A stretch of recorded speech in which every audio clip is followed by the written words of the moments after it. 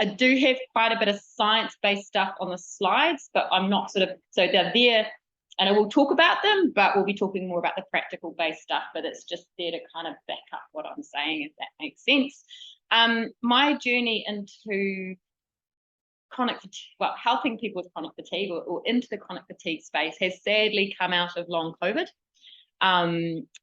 Prior to that, a few of my patients definitely had it, but it wasn't something that I had spent a lot of time, as most health professionals haven't, looking into or trying to find more about, which is a shame on the whole health profession, quite frankly. And even though long COVID has been a really good way of putting a spotlight on chronic fatigue, it's actually quite appalling that it's taken this for actually things to be looked into more in-depthly for all you guys. So even though it's kind of like a silver lining, it's still a really poor reflection on how people have been treated in the past. I grew up in Southland, so it used to be called the Tapanui flu. So that's where I always thought of it. So basically today we're going to talk about breathing. And in no way, shape or form am I saying that breathing is the cause of what you're going through, but it definitely has an impact. And as you'll see as we talk through the impact on breathing, you'll start seeing how it can really double down on the effects that you're having. So yeah, bear with. So for today, we are going to just go through, what do I have to push? So we're just going to go through what is normal breathing, just a brief outline of what a breathing pattern disorder is, what drives our breath and what our breath drives, and then how does that connect to ME and CFS, and then what can we do to help ourselves? So nice and succinct, hopefully. So first up, I don't blind myself with a projector. I just want you to have a think about how you're breathing. Okay, so just look, and the one thing about breathing is that as soon as you start thinking about it, you change it. You start doing what you think you should be doing. So, but just try, even have a wee sneaky look at your neighbour. Because often what you think you're doing and what you're actually doing can be very different things. And often because we're not supposed to notice our breathing, we breathe all day, every day, from the moment you're born to the moment you die. If you stop, you're in a bit of trouble. But we're not designed to notice it, because if we noticed it, we'd go insane. So a lot of the patients I see, I deal and breathe, that's all I do, as breathing physio, it's all I do. So I deal with people right from people with lung conditions like asthma and emphysema and things like that, right through to stress and anxiety, long COVID, cough, everything in between, basically. So anyway, so what I want you to think about is just, what are you doing? Are you breathing through your nose? Are you breathing through your mouth? You're breathing in through your nose and out through your mouth? You're breathing in and out through your mouth, or in and out through your nose? Have a think about your mouth. Stupid thing, but what are your teeth doing? Where is your tongue? Hopefully in your mouth. Well, if it's sticking out, I'll be offended already. Put a hand on your chest and a hand on your belly. And when I say belly, I mean here, not here. Is your bowel. Here, yeah. And just have a little feel. Take a few breaths. Have a feel. What's happening? Which hand's moving the most? Which hand's moving first? Are they both moving? Is one moving? When you breathe, are you breathing in longer or out longer? Or is it the same? Or is it out longer or in shorter? I don't know, whatever around. So see if you can notice it. Have a little feel. How fast do you think you're breathing? And in fact, we're going to do 2 little tests. I'm not telling you the answers just yet, so you have to think about it. Well, this is really hard to do, but just have a wee hand, and we're going to do 30 seconds, and you're going to count how many breaths you do in 30 seconds. Now, once again, because you're thinking about it, it may not be what you do normally, but we'll just give it a crack. Okay, so ready, steady. 30 seconds is a really long time and no one's talking. See South Element talk. Anything? So in and out is one breath.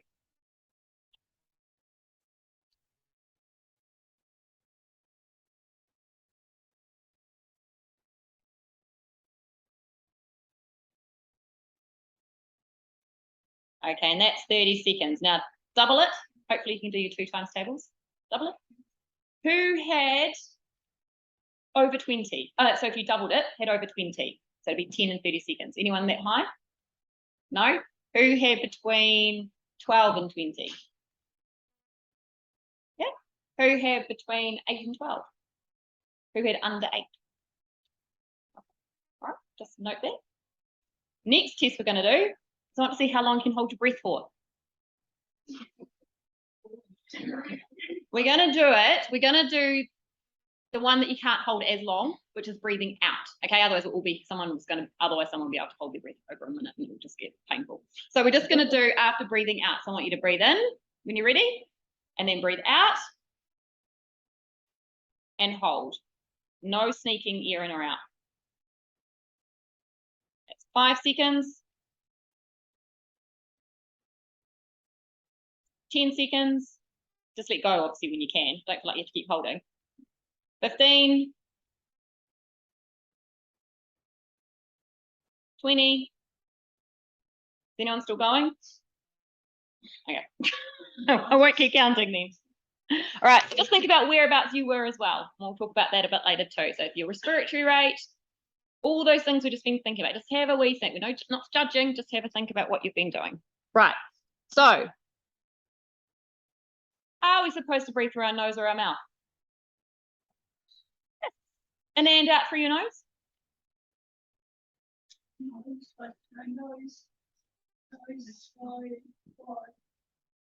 So so there's different techniques we use, but in the ideal world, if you didn't need any extra oomph with anything, you'd want to be breathing through your nose. It's as silly to breathe through your mouth as it is to eat through your nose, basically.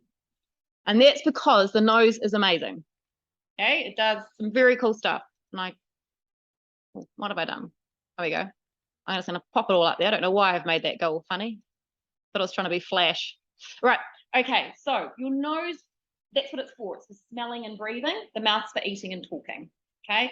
Obviously, with high exercise, you'd open your mouth, or if you're talking, you tend to breathe through your mouth. But generally speaking, unless you've got something horribly wrong with your nose, you should be able to breathe through it. It warms the air up.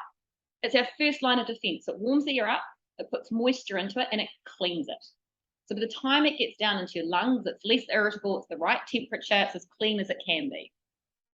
We also produce nitric oxide in our sinuses.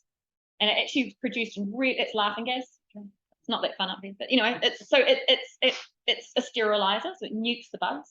It's antiviral, antibacterial, antifungal. It makes your cilia beat faster, and your cilia are little cells that move your mucus around. So it helps you stop getting a snotty nose and postnasal drip.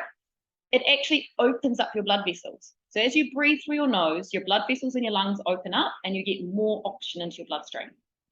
Small holes, massive hole. So when you breathe in through your nose, you breathe against pressure, which helps open up your air sacs, so you get more oxygen going into your bloodstream. Okay, you get about 15 to 20% more oxygen when you breathe through your nose than when you do it through your mouth. So that's pretty cool, and it also tells your body you're safe. The thing with the nose is, if you don't use it very much, it'll feel blocked and it'll become harder to use it. So often when people say, I can't breathe through their nose, it's because they don't breathe through their nose. So there's right ways and wrong ways of breathing through your nose. So we talked about it before. When you try and breathe through your nose, are your teeth touching or apart? They should be apart. Back in caveman days, that's okay, that's fine. You don't know. Back in caveman days, didn't have knives and forks. If you broke your teeth, you couldn't eat, you'd die. So if you touch your teeth together, your stress response goes, oh, I'm trying to stop my teeth from being broken. I must be in a stressful situation. So really simple. Where's your tongue? Floor, middle, roof. It should be on the roof. So it should be on the roof of your mouth, on the hard palate. Obviously, it attaches at the bottom, so it's that whole thing up, and it docks them behind your top teeth. And what that does, if you put your tongue up there and open your mouth, you'll still nose breathe. Also, if you clench your teeth and put your tongue down and do this, super easy to do. Now put your tongue up and try and tense yourself up. It's much harder. Generally, there's always one that's not, but generally it's harder. It's just a little simple stress relaxation response. And so a really simple thing to do is a really basic thing with your breath. Just think about your tongue being on the roof of your mouth. Super easy. I'm all into easy stuff. None of this complicated business. Right. Does that all make sense? Right. Next thing is, I think I've is our diaphragm. So we've all heard about our diaphragm. Yep, so it's the powerhouse of our breath. It's the powerhouse of our body, actually.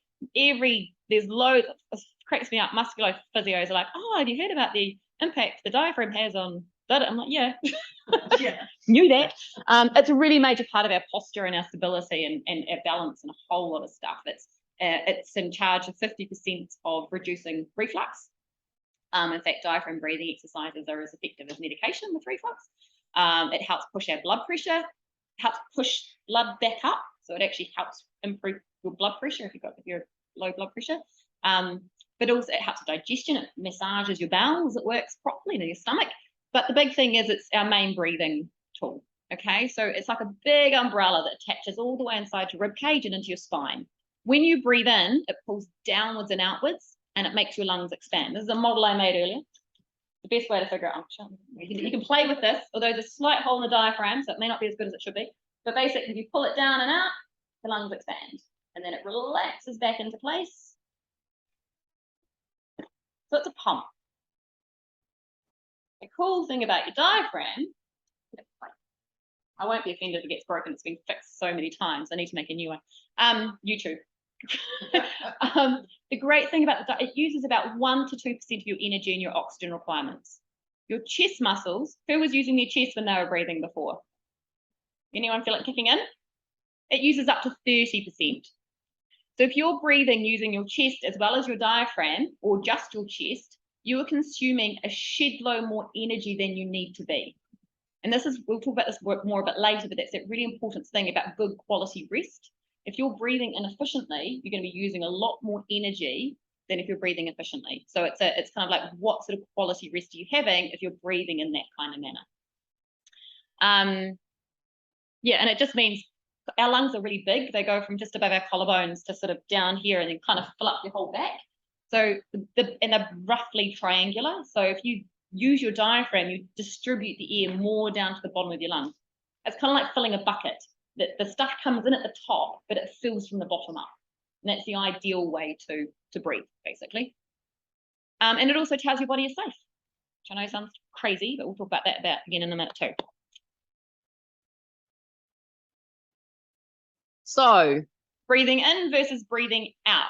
What should it be the same amount of time? Should one be longer than the other? Longer? Yep, so naturally we breathe out longer. And part of that's to do with the way the diaphragm works. So what happens when you breathe in is the muscle tightens, and then as you breathe out, it just relaxes back into place. So it's like a balloon deflating. So it takes longer for that relaxation to occur than it does for the inhale, the tightening. So absolutely, every time we breathe in, our brain goes, what the heck am I doing? Fight, flight response, which we'll talk about more in a minute. Every time we breathe out, it goes, oh, I'm feeling good and calm. Rest, relax response. So if you dominate with so you in the ideal world should be breathing out for almost twice as long as you breathe in. It's 1.5 to 2 times as long as you breathe in. It's the same amount of air, it's just doing it in a different way. So if you're breathing in and out at the same time, you'll get shorter breath more quickly, and a whole lot of other things go on as well. That's it. So that's why if you're feeling a bit stressy, if you're feeling a bit short of breath, focusing on breathing out is really important. And we'll talk about more of that at the end as well.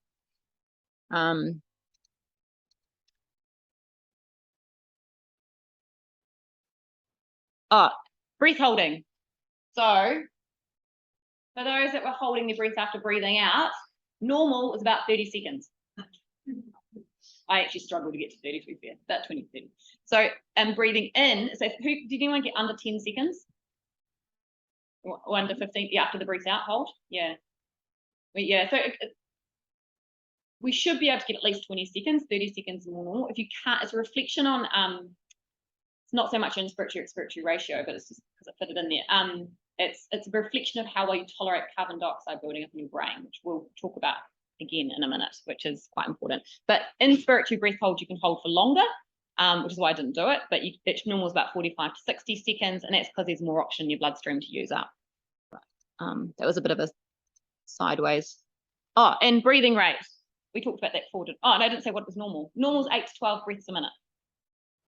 The slower you breathe, the calmer your body thinks you are. Faster you breathe, the more stressed you think you are. And in fact, our respiratory rates increased since the Industrial Revolution, when we went from kind of working with our bodies and what life was doing to having lights and having to be at work at a certain time, and just that increased strain on our system. Right, has anyone heard of breathing pattern disorders? Yeah, it's a big fancy word for saying you're breathing inefficiently, and it makes you feel like rubbish, pretty much. So it's basically inappropriate breathing, which is persistent enough to cause symptoms without a WINET cause.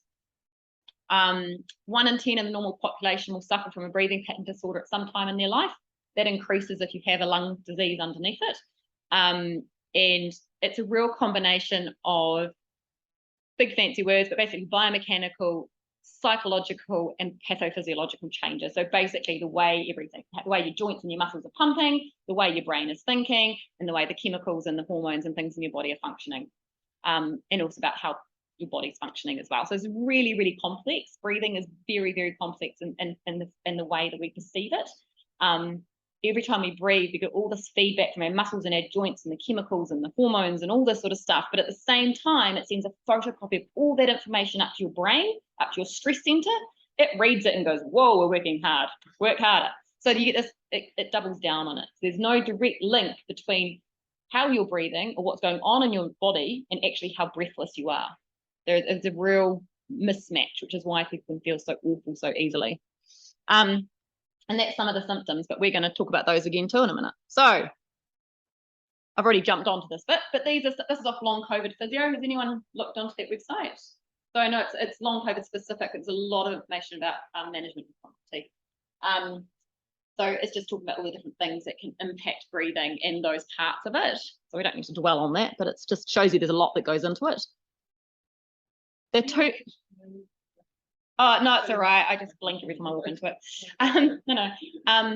The two things I'm going to talk about the driving of our breath today, though, and these are where the research with MECFS is around oxygen and carbon dioxide, or about the carbon dioxide, and about our autonomic nervous system.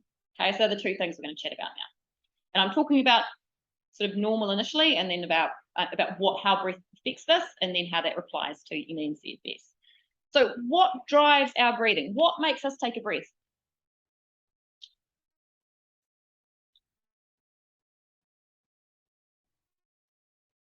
Oh, yes, it is. I don't have any gold stars. Gold stars. You're absolutely right. So most people go, oh, we're low on oxygen, so our body wants to take another breath. But it's actually a carbon dioxide. So we breathe in oxygen, we use the oxygen up and produce carbon dioxide. It's the carbon dioxide increasing in our brain, so in a respiratory center. And there's a wee trigger and it goes, oh, that's enough. Get rid of it and give me another breath. And that's what drives our breathing. Unfortunately, our brain, whenever it feels distressed with our breathing, no matter what the cause, it has one button to push, and that's breathe more. Because that's a survival mechanism. So it doesn't really care what's happening. It just goes breathe more, breathe more, breathe more, breathe more. And yeah, not ideal. There's a real mismatch between what's happening with us and what's happening in our body. So the interesting thing about breathing more is we only have so many red blood cells in our body. So and oxygen has to attach to the red blood cells. So breathing more oxygen in doesn't give you more oxygen in your body. You've only got so many red blood cells. And in fact, breathing more oxygen in, all that makes you do is breathe off more carbon dioxide.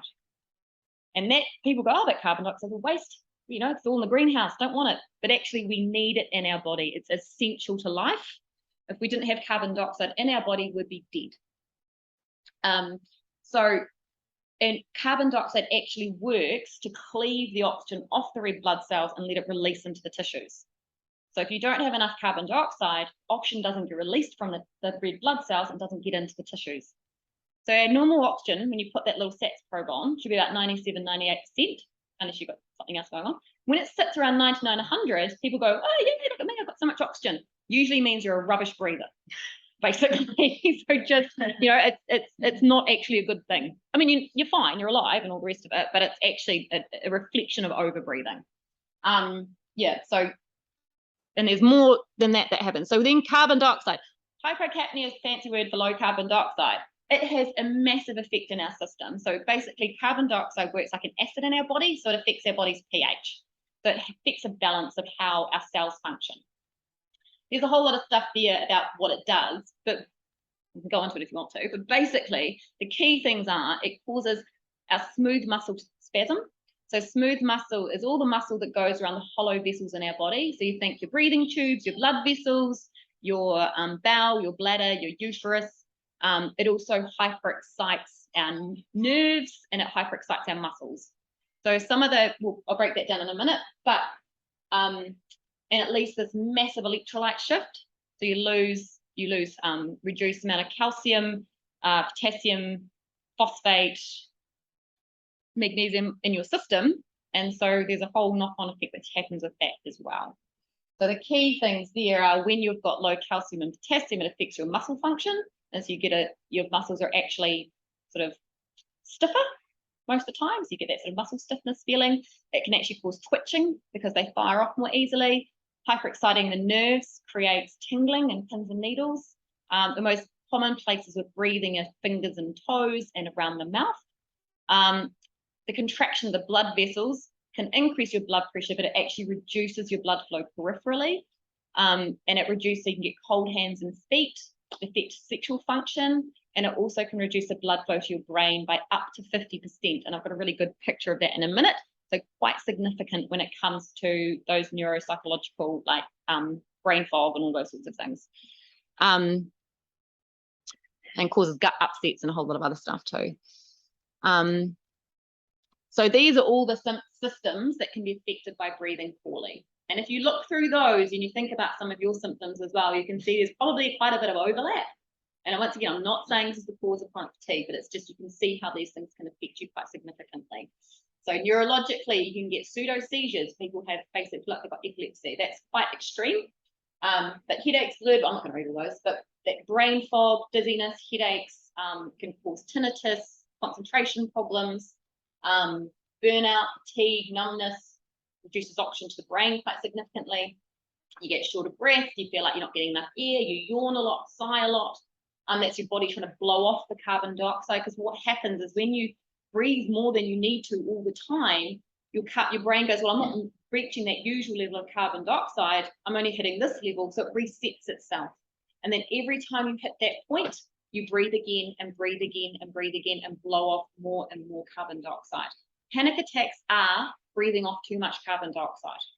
I mean, I know there's a whole lot going on, but essentially that's what the symptoms are of a panic attack, are breathing off too much carbon dioxide. And your brain just goes, crikey, my breathing feels awful, I feel awful, let's just breathe a bit more, shall we? You know, not very helpful. But it creates anxiety. You know, if you're feeling like that, of course you're going to get anxious. Who wants to feel like that? You can think you're dying. Lots of gut upsets and lots of gut issues.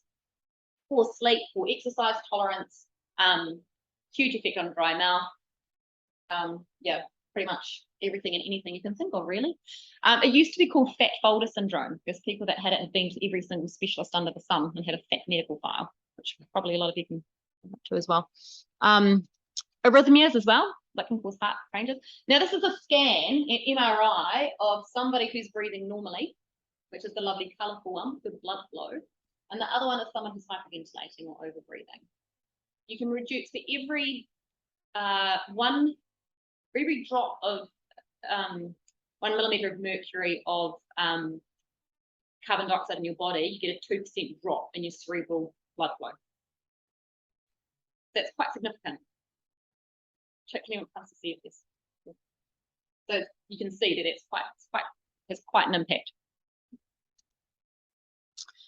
When it comes to exercise and activity, because of all that electrolyte change in your system, because your body's trying to neutralize that acid, it also gets rid of, because when we normally exercise, we breathe more to try and blow off the carbon dioxide, because our muscles are producing more acid with exercise.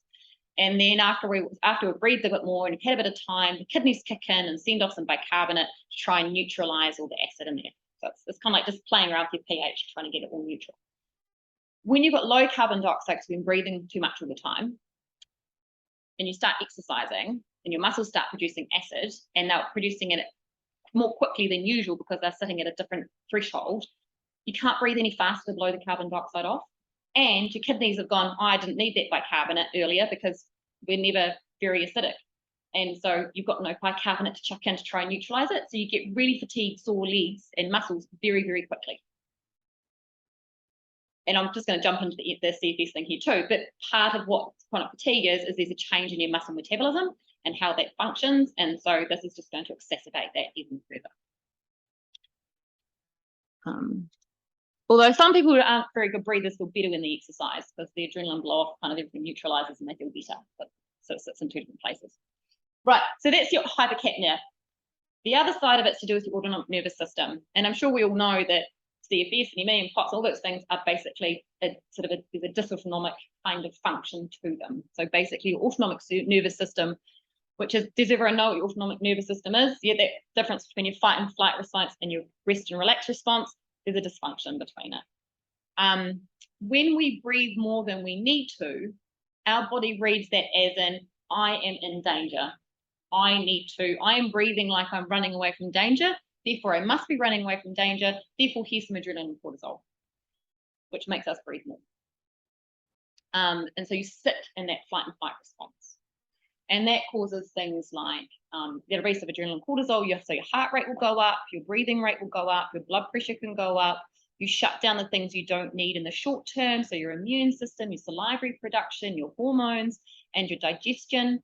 If you can run away from the danger and save the baby from the burning building, all good. If you can't, you feel like rubbish. Okay, and you can cope with it for so long, and then your body goes, yeah, I've had enough. I can't keep doing this, and you crash.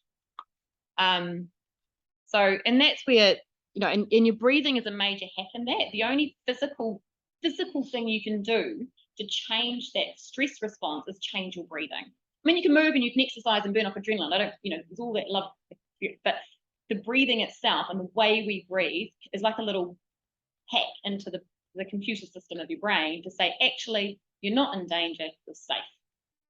And this is where you get this hot, oh, my arrow is a move. Get this, see the trigger, whatever that may be. Might just be you've got a blocked nose for a couple of days and can't breathe properly. Oh my goodness, it's gone all over the show. Sorry. You start over breathing. You lower your carbon dioxide. You end up with, you know, the symptoms. That doesn't make any sense because everything's in the wrong place. You blow off your carbon dioxide. You get the symptoms of that. Then because you're breathing too much, your stress hormones are released. That creates worry and anxiety. You get the fight and flight response, and you just keep going round and round and round and round in a circle. Whereas if you can, I'm so sorry, that's really bad. Oh, that's fine. I think you kind of get the picture anyway.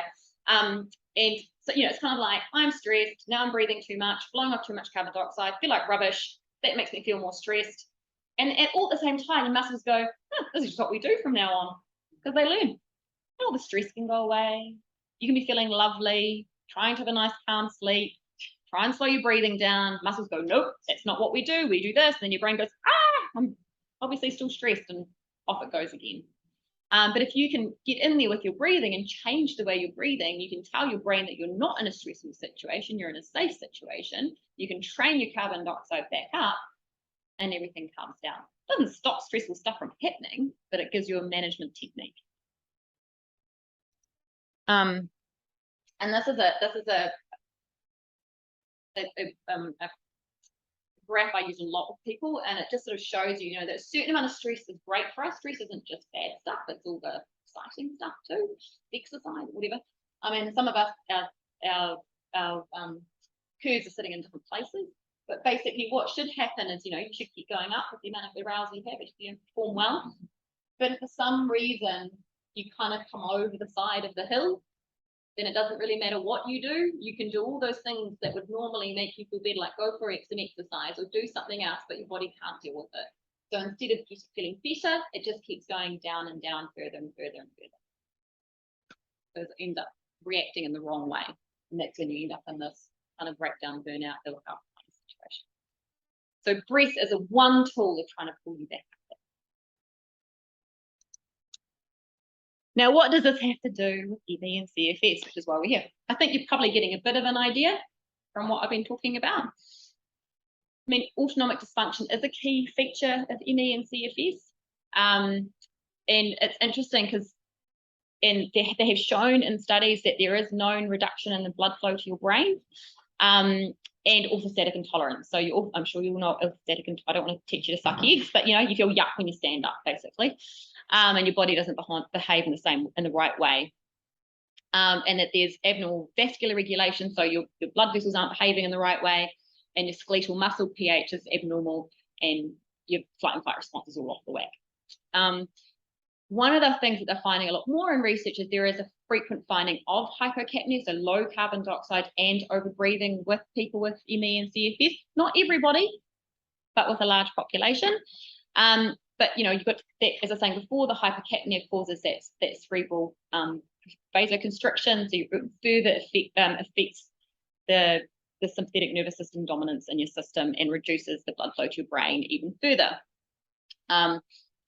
And it's also there's been some studies to show that orthostatic intolerance with chronic fatigue, once again, not everybody, but they've actually, in some studies, have shown that there's more relationship to hyperventilation when they stand up than there is a drop in their blood pressure or an increase in their heart rate. So, but it's not something that's normally looked at. I look at a lot of POTS, but because there's a lot of more research around that with POTS, but yeah, there is actually, if someone's overbreathing, the symptoms are going to be very similar to increased heart rate and drop in blood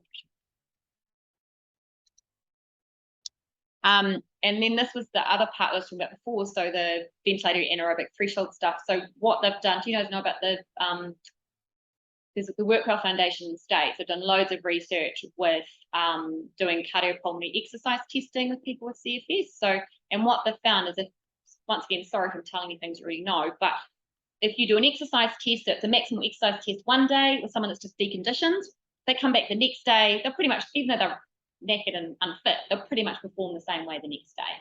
Whereas with people with chronic fatigue, there'll be a reduction in their output the next day.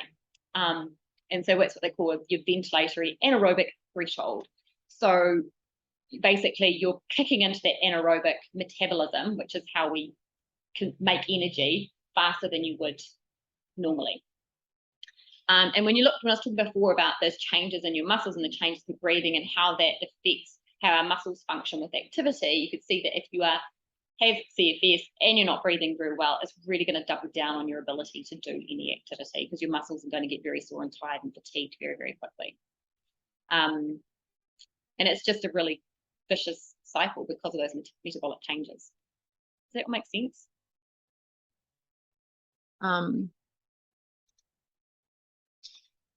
So post-COVID syndrome. Now, it's interesting. I was at a talk a few weeks ago, or a month or so ago now, and the physio was talking. She was like, oh, there's no evidence to show that long COVID is the same as ME/CFS. But I don't know where she got that from because everything else is pretty the same. So I'm like, really? Okay. But anyway, that's interesting. But that's where a lot of the learnings are coming from because it seems that post-exertional malaise is quite a big feature. But once again, they're seeing a lot of hyperventilation in this patient group. And I'm not sure if you know, but long COVID has a very big umbrella term. Not everybody has post-exertional malaise, not everybody has breathing problems, not everybody has, it's everything and anything else that you could possibly think of, basically. And there's lots of different, I'm not going to go down that rabbit hole, but there's lots of different causes for it. But hyperventilation is being seen in a lot of this patient group. And they do think there's a disturbed metabolic situation. Anyway, so all those metabolic changes are affecting the ability to exercise. And post-exertional malaise is definitely a key feature with a lot, but not all of the long COVID sufferers. And so this is where, so once again, breathing is a really important part of rehab with these patients because they are very short of breath. But I think there's more shortness of breath in that patient group or that client group because a lot of them had respiratory illness with COVID as well. So there's a bit of a double down effect with it. POTS does, don't need to put your hands up. Sorry, that's for personal comment. But with POTS, so postural orthostatic tachycardia syndrome, postural tachycardia syndrome, there's some good evidence to show that, a lot have breathing pattern disorders. Which once again, if you're feeling like rubbish, I'm not surprised you're going to change the way you breathe because you're just trying to feel better, but then it's just going to double down on things. And also that exercise intolerance and POTS is more like closely related to breathing pattern dysfunction than it is to actual vascular or heart changes, which is quite interesting. So breathing exercises don't cure MECFS. If they did, they'll be a millionaire by now. But you can see by everything, I've talked more about what breathing is, but that's just because I don't talk to you about CFS, but it's just trying to show you that there's such a correlation between the two symptoms.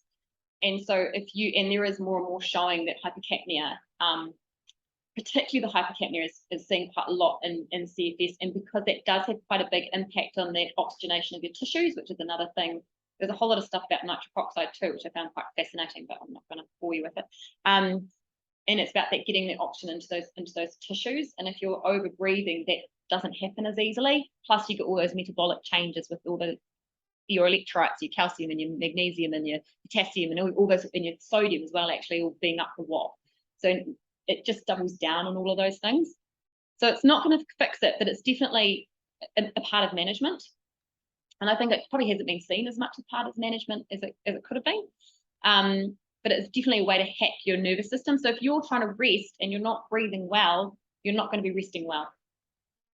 So that's a really simple thing to do, even if it does, take away everything else. Just giving good quality rest is really important.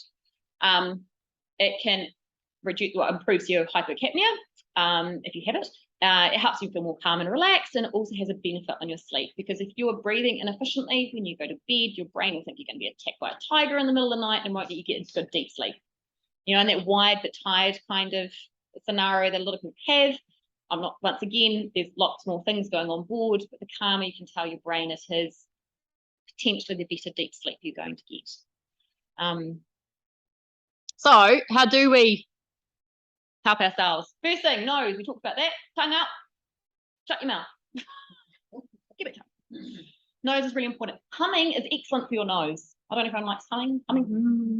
So if you hum a couple of songs a day, it increases your nitric oxide production and gives you a little bit of a micro massage in your brain, and it's fun.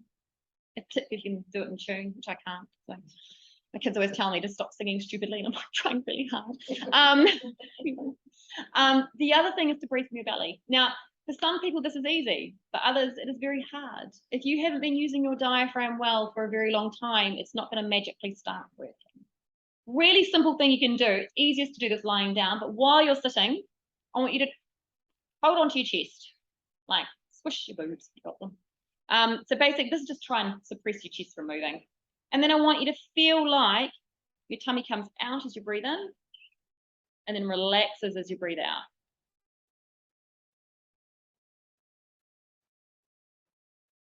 Now, is your exhale longer than your inhale?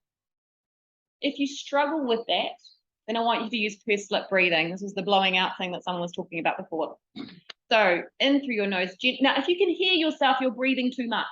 So if you're generally speaking, unless you've got something horrible going up in your nose, if you do this, it's because you're sucking the air in and you're breathing in too much too quickly. Whereas if you think of yourself like a vacuum cleaner, this is the motor, this is the tubing. The tubing on the vacuum cleaner doesn't do the sucking, the motor does.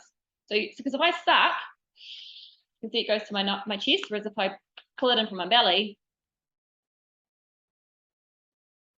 and it can feel quite foreign if you're not used to it. But if you're struggling to do a long breath out, because an exhale should be passive, which means it should just relax into it. If you struggle to do that, you can do, I will let you put your tongue down and breathe out through your mouth. Okay? So you can just, like, yeah, I know, I'm nice occasionally. So just breathe out through, almost like you're making a candle flicker. It's really relaxing to do that. Yep. Absolutely. Yep.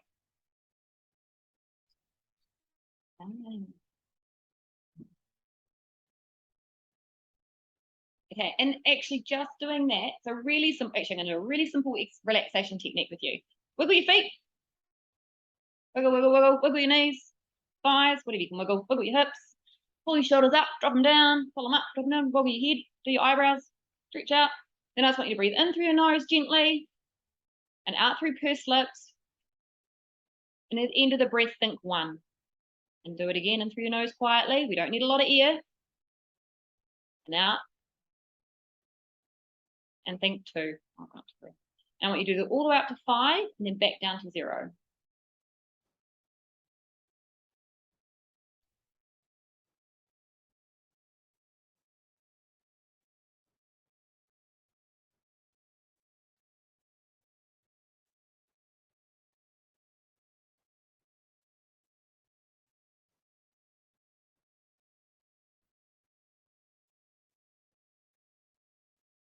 How does that feel? Hard? Hard to keep your mind on the counting, or hard to do the long breaths out, or hard to bit of both? Yeah. So the idea behind, but those that could manage it, did you feel it was quite calming? Yeah. There's a couple of different things. That one, you use when you exhale to calm. So when you breathe out slowly, it stimulates that parasympathetic nervous system, so that calming response in your vagus nerve.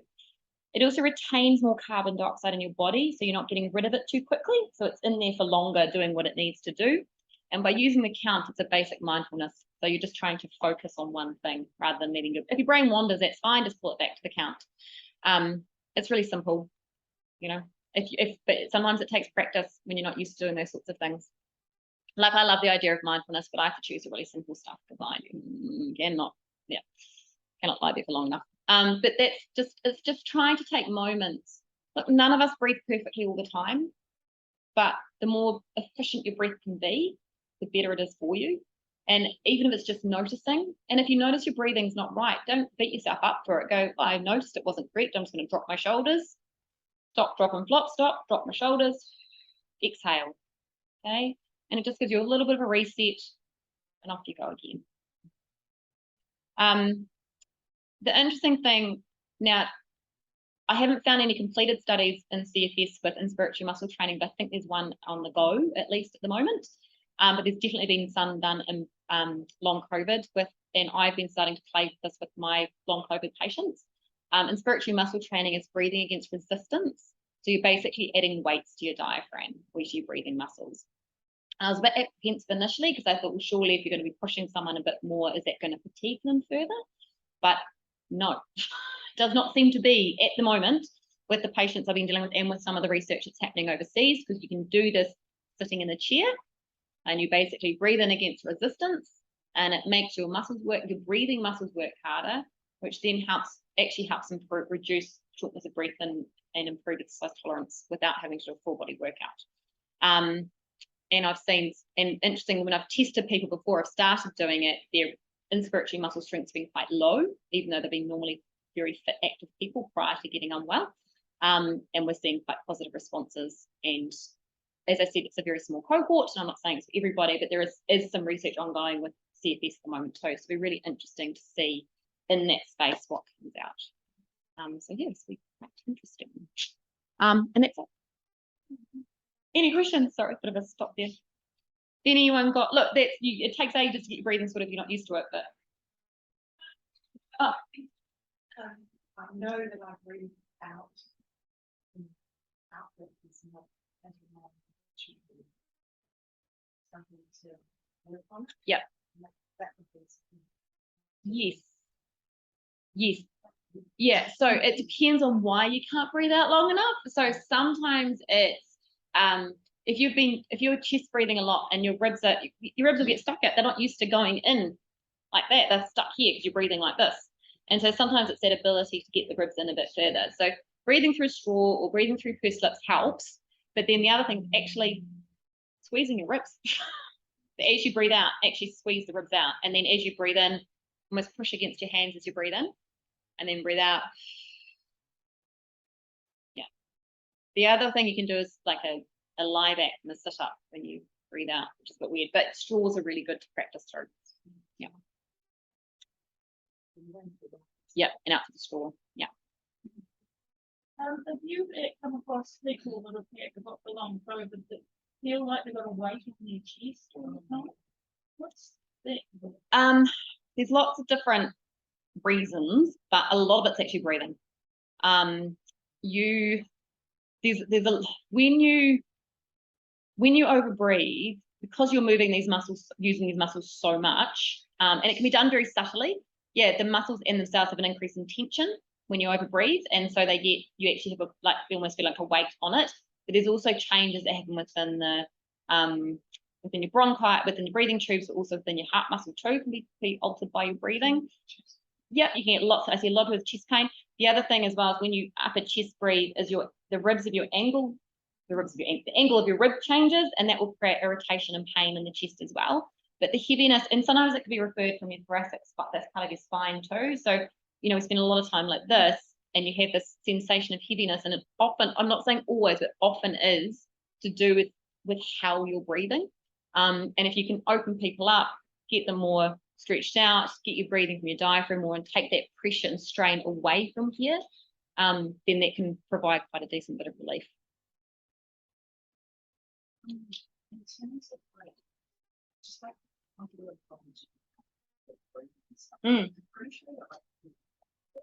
Yep. Yep. It's like more stuff, but yeah. Yeah. As you're breathing in. Yeah. Yep. So there's a whole lot of stuff. There's a thing called vocal dysfunction or inducible laryngeal obstruction. So basically you get spasming of your larynx, as you breathe in. And so treatment around that is often, once again, it's always about diaphragm breathing, like pulling, because if you all these muscles here, you back up, they attach into your neck and throat. And so if you're using them to breathe in, they apply tension around the throat, and then it catches. So focusing on diaphragmatic breathing really helps. If you're getting it, sometimes sniffing helps. Not like because when you sniff, it pushes open the larynx.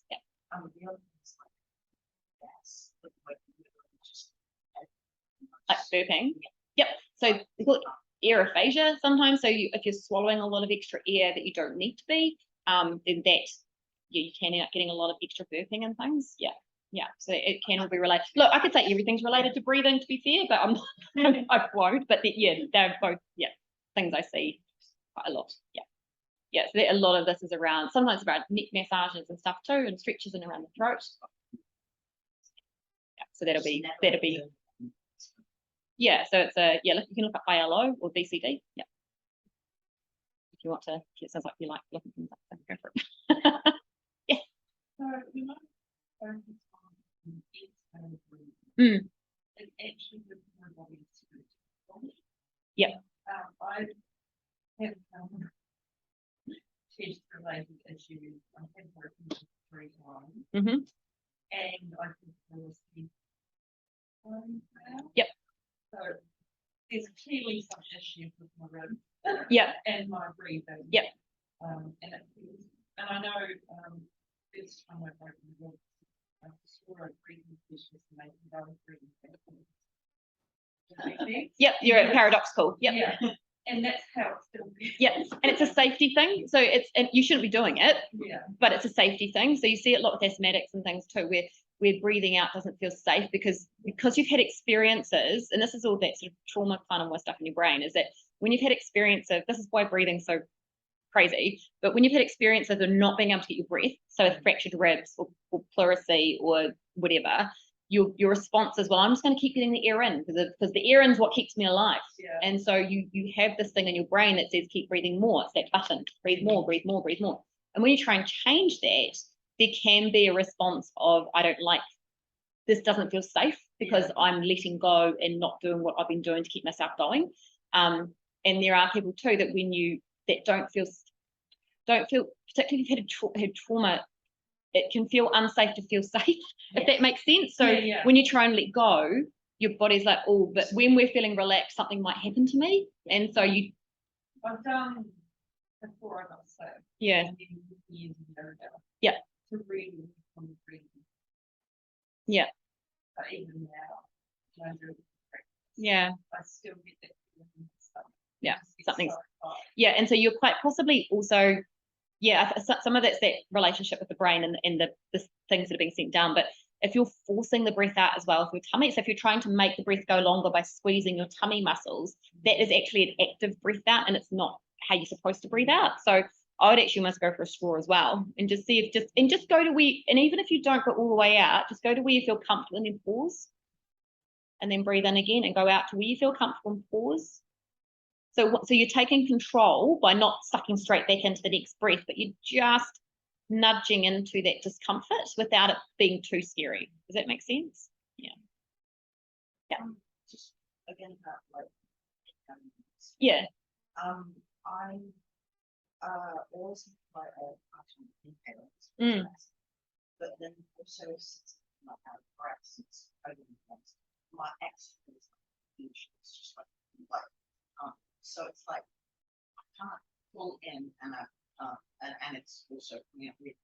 Yep. So I'm not getting enough breath. Yep. Yeah. Keep focusing on your out breath, because you're only going to get breath in if you get breath out. Yeah. If you're in, this is what people do. Is they often you go, I can't get breath out because your body's like up here. I'm exaggerating, but you're up here and you're just breathing on, like just kind of skimming on the top. Yeah, you are. And so then if you try and breathe out and everything goes, oh no, not doing that, but then you try and breathe out, oh, there's no space to get anything in, and then you're sort of stuck in this kind of like weird kind of, yeah. And so just keep, once again, just keep the breathing out is a really amazing tool that we have that has been misunderstood. Like we kind of go, oh, you're stressed, take a deep breath, and so everyone goes, it's not that part that helps, not the. And in fact, doing a massive breath in often just stimulates us and tells us, it's like, well, what am I going to do now? I'm just taking a massive breath in. Like our volume for our breath, you only need 300 to 500 mils per breath. It's not a lot. It's like 10% of your lung volume. So we don't need a lot of breath at rest. Yeah. Yep. Yep. Yep. Especially. Yeah. It's like trying to get productions and things like yeah. that. But trying to improve that also. It does. It does. Yep. I absolutely agree with you. Yeah. Yeah. It's a very heavy weight. Yep. Yeah, I don't know how to convince doctors. No, it's interesting because I have seen, and I do see a few women who, yeah, it's definitely a part of the problem. Definitely. Yeah. Yeah. Yeah. So, yeah. Yeah. I don't know how to help you there, sorry either, but I agree with you. Yeah, absolutely. Yeah. Yeah. Anything else?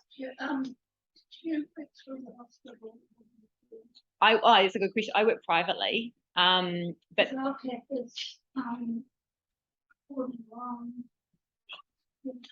yep, so that's with the COPD, the better breathing. Yep, so clear enough. I used to work there. I used to work there. Will that come from which respiratory clinic? That's fine. Yeah, okay. And the better breathing. Yeah, so the better breathing is for people with lung conditions. So you've got to have COPD or asthma or some other respiratory condition. Yeah. Yeah. So it's an exercise class for people with lung diagnoses. There's also education as well. Yeah. Yeah. Yeah, no, I used to work for them, but no. So I see people privately on a one-on-one basis, but there is a equivalent of me at the hospital as well, working in respiratory outpatients. And thankfully now they're not just based at the hospital, they've actually got satellite clinics too. So. Good. How many sessions? It depends. Like it really depends. Yeah, it's a bit of a piece of string. I must admit, I'd say most people 3 to 5. Like, and some people I see as a one-off because obviously it's a private. Not everyone can afford stuff, and I hate that, but at the same time, it's life. It took me a long time to get my head around private healthcare. But yeah, so some people I'll see as a one-off with just some basic education and get on with it. And then, but a lot of people are probably around 3 to 5 sessions. 3 sessions is pretty average, I'd say. But it depends how far down the path you want to go. So yeah, no, that's all right. So for an hour, it's $160 for the new assessment, and follow-ups are $85. I have had some people get some funding through GP and a little bit through WINS, but it's not that, yeah. And once, or ACC if there's a component, yeah. So yeah, but there is a criteria to get into the respiratory physio hospital, but yeah, but you don't know unless you know. Yeah. If you're in at your GP anyway, ask. No harm.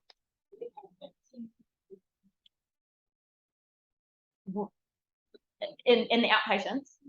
So I've been connecting to the team, and I've been quite heavily involved with the national physios, but respiratory physios talk about long COVID a lot and about outpatients, and do a lot of research, a lot of kind of advocacy. The DHBs at the moment it's very individual, and there is some that are being seen, but I don't think it's, and I work privately, so I know I'm seeing a very small subsection of the community. But probably 25% of my new referrals at the moment are long COVID. so it's quite significant. Yeah, it's the clinicians know there's a need, but it's about getting the and it needs to be MDT. Like, I mean, it would preferably be a multidisciplinary team, because it's not everyone's the same. And I'm seeing a subset of breathless. I see the breathless people because that's what I deal with. And a lot of them come from the respiratory physicians or the cardiologists. Yeah. Yeah. Any other questions? Mm-hmm. Somehow I stumbled over this person I can't remember his mouth. Yep. I'll let you fighting it a little bit. Well, yeah, that's just resting. Yeah. And it's really helping you want to relax. Yeah. But this is regarding what we before you start talking. That's where I was. Absolutely. Yep. And that's what, and I do, snoring. It's because that's one of the things with snorers, your tongue drops. Yeah. So if you get it used to a resting position of being up during the day, then it's more likely to stay there overnight as well. Yep. It's not my snoring, but Yeah. not hers. Play a bit. No, she's with. Oh, yeah. Yep. Yeah. But Yeah, it does. Like, it depends how severe your sleep apnea is. There is evidence around some sleep apnea is breathing pattern driven, whereas others it's just worsens it. So it's not actually going to cure it, but for some people if it's mild, it can. But there are exercises you can do to strengthen your throat and tongue muscles. If you look up Sleep Health Foundation, they've got some exercises on there. Yeah. Yeah. Yeah, so TMJ is an interesting one because it can actually be breathing related as well. Yeah, I know you always having to balance things out. These in the perfect world, this is what you do, but we know that's not always the way things are. So it's just trying to find those, bits around it. I'm really appreciative of coming and talking about this. Oh, thanks so much. No, yeah, I must admit, during the talk on breathing, I had no idea. Not many people do. And it's fun. Some great notes. Some things to. Yeah, thank you very much.